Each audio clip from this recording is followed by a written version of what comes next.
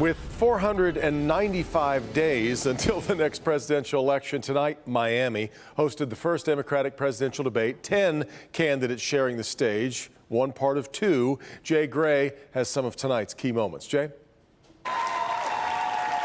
Hoots and hollers as the candidates take the stage for a group photo, and then the official start of the race for the White House. Round one of the Democratic debate opening with a rapid-fire format. We need to make structural change in our government, in our economy. Candidates sticking to the 60-second time limit, answering questions on a range of issues, including the economy, jobs, and education.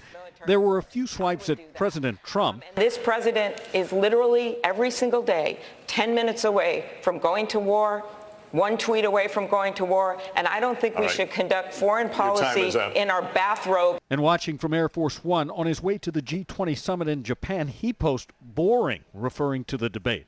I'm with Bernie on Medicare for all, and let me tell you why.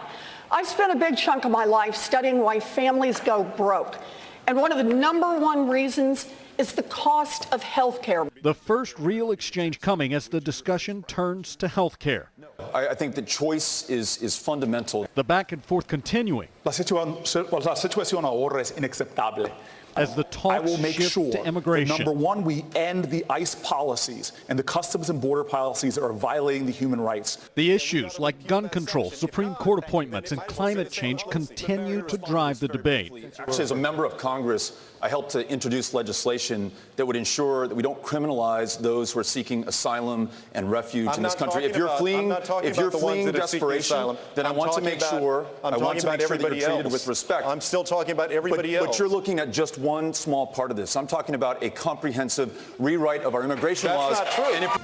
A crowded field searching for any way to grab the early attention of voters. Jay Gray, NBC News, Miami. All right, Jay, another key moment during tonight's debate involved Congressman Tim Ryan of Ohio, who used his time to criticize General Motors. We lost 4,000 jobs at a General Motors facility. That rippled throughout our community. General Motors got a tax cut. General Motors got a bailout. And then they have the audacity to move a new car that they're going to produce to Mexico.